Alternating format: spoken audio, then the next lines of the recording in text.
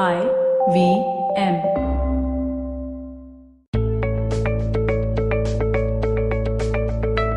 Hey guys, welcome to an all-new episode of the Positively Unlimited podcast.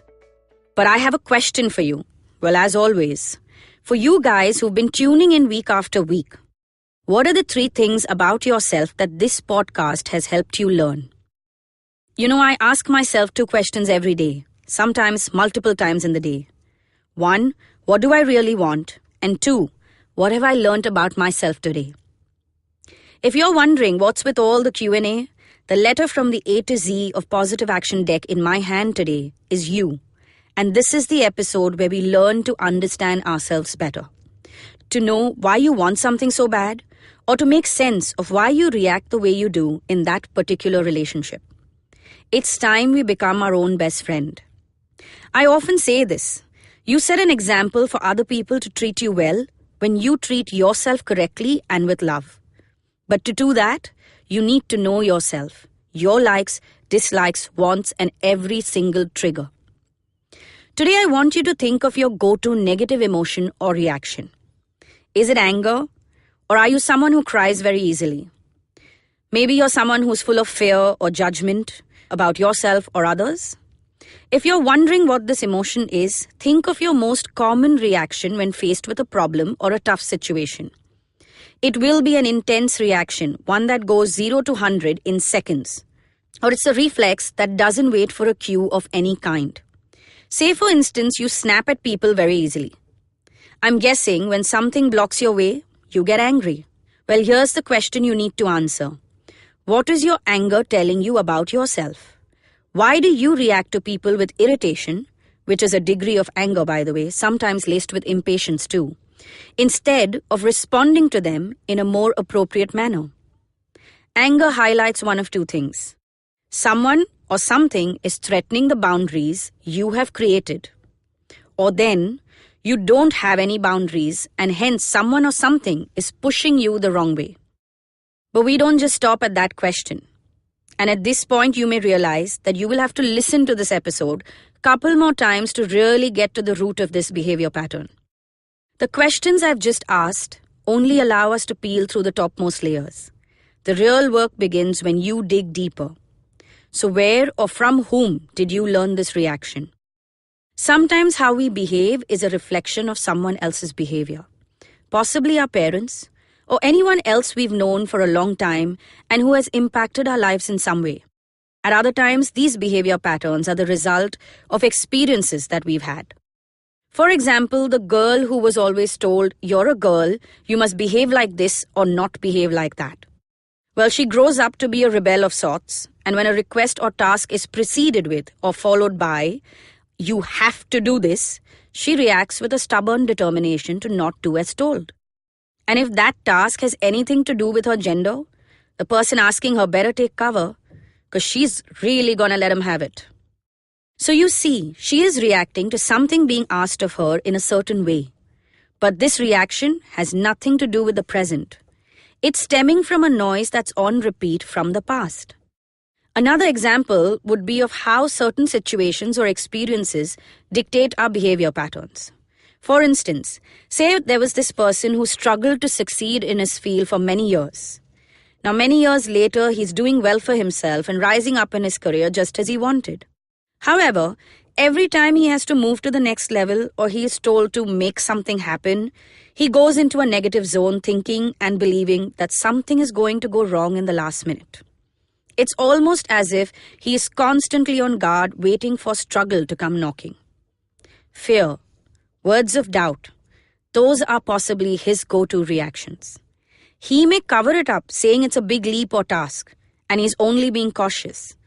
But observe and you will notice the voice of fear that seems to be this person's constant companion.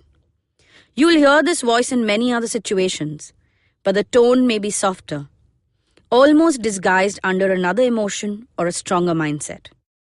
If you want people to understand you, you need to understand yourself better. Look at your patterns and question yourself. Remember the episode Q where I said question everything? Well, listen to it again and adapt those exercises here. Get to know why you like something so much. I mean, what does it make you feel? Or more than that, what does it fulfill within you? Or then, why don't you like something? I'll give you a silly example. I love bhindi, lady's finger as we call it here in India, or okra as they call it abroad or even in most of the restaurants now. Where did this love for this vegetable come? From my father. I am and have always been a daddy's girl. So growing up, I remember him feeding me bhindi, saying it's good for you, and if you eat it, you'll do well in maths. Yes, go ahead, laugh and roll your eyes. It's a South Indian thing. South Indian kids are coaxed into eating okra and brinjal because it'll make our brains stronger and we'll be good in maths. It's a different story. I'm zero in that game of numbers. Go figure. But if something as simple as a good habit is dictated by how we perceive and connect with our parents, think about how your behavior and how many people and factors play a part in you being who you are. Understand yourself. Recognize your patterns. I cannot say this enough, but truly it's the only way to get rid of the ones that no longer serve you any purpose. Think about it like you need to clean out your closet. Get rid of old clothes, ones you don't fit into anymore, or those that have holes in them. They must go, no matter how comfy they are. So observe yourself, take stock of these patterns, and break free from the one that's holding you back. By the way, episode 3 was for C, for clear the clutter. In case you want to give that a listen again and try to really break through these patterns. All the previous episodes are on the IVM app and website, and all details about the A to Z of Positive Action Deck and Self-Help Journal are on my website. The journal has more exercises and tips to build the mindsets I share on this podcast, so head to my website to figure out how to get yourself a copy. Signing off now, but until next Monday, I hope you have a powerful week full of insights.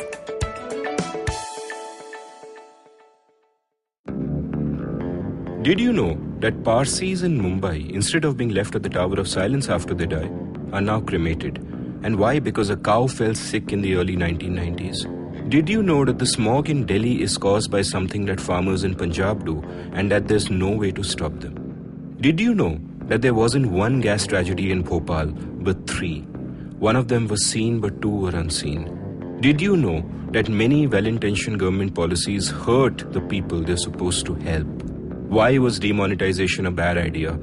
How should GST have been implemented? Why are all our politicians so corrupt when not all of them are bad people?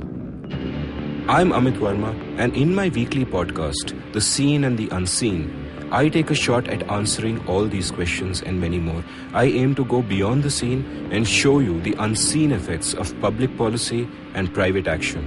I speak to experts on economics, political philosophy, cognitive neuroscience, and constitutional law so that the insights can blow not only my mind, but also yours.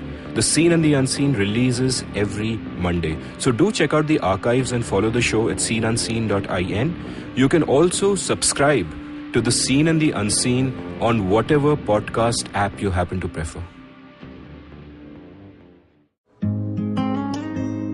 Why don't we talk about mental illness? For that matter, we don't even talk about emotional wellness. And if we can't talk about either of these basic, very basic aspects of being human, what do we do when we just feel like something's not right? Hi, I'm Zain. And I'm Avanti.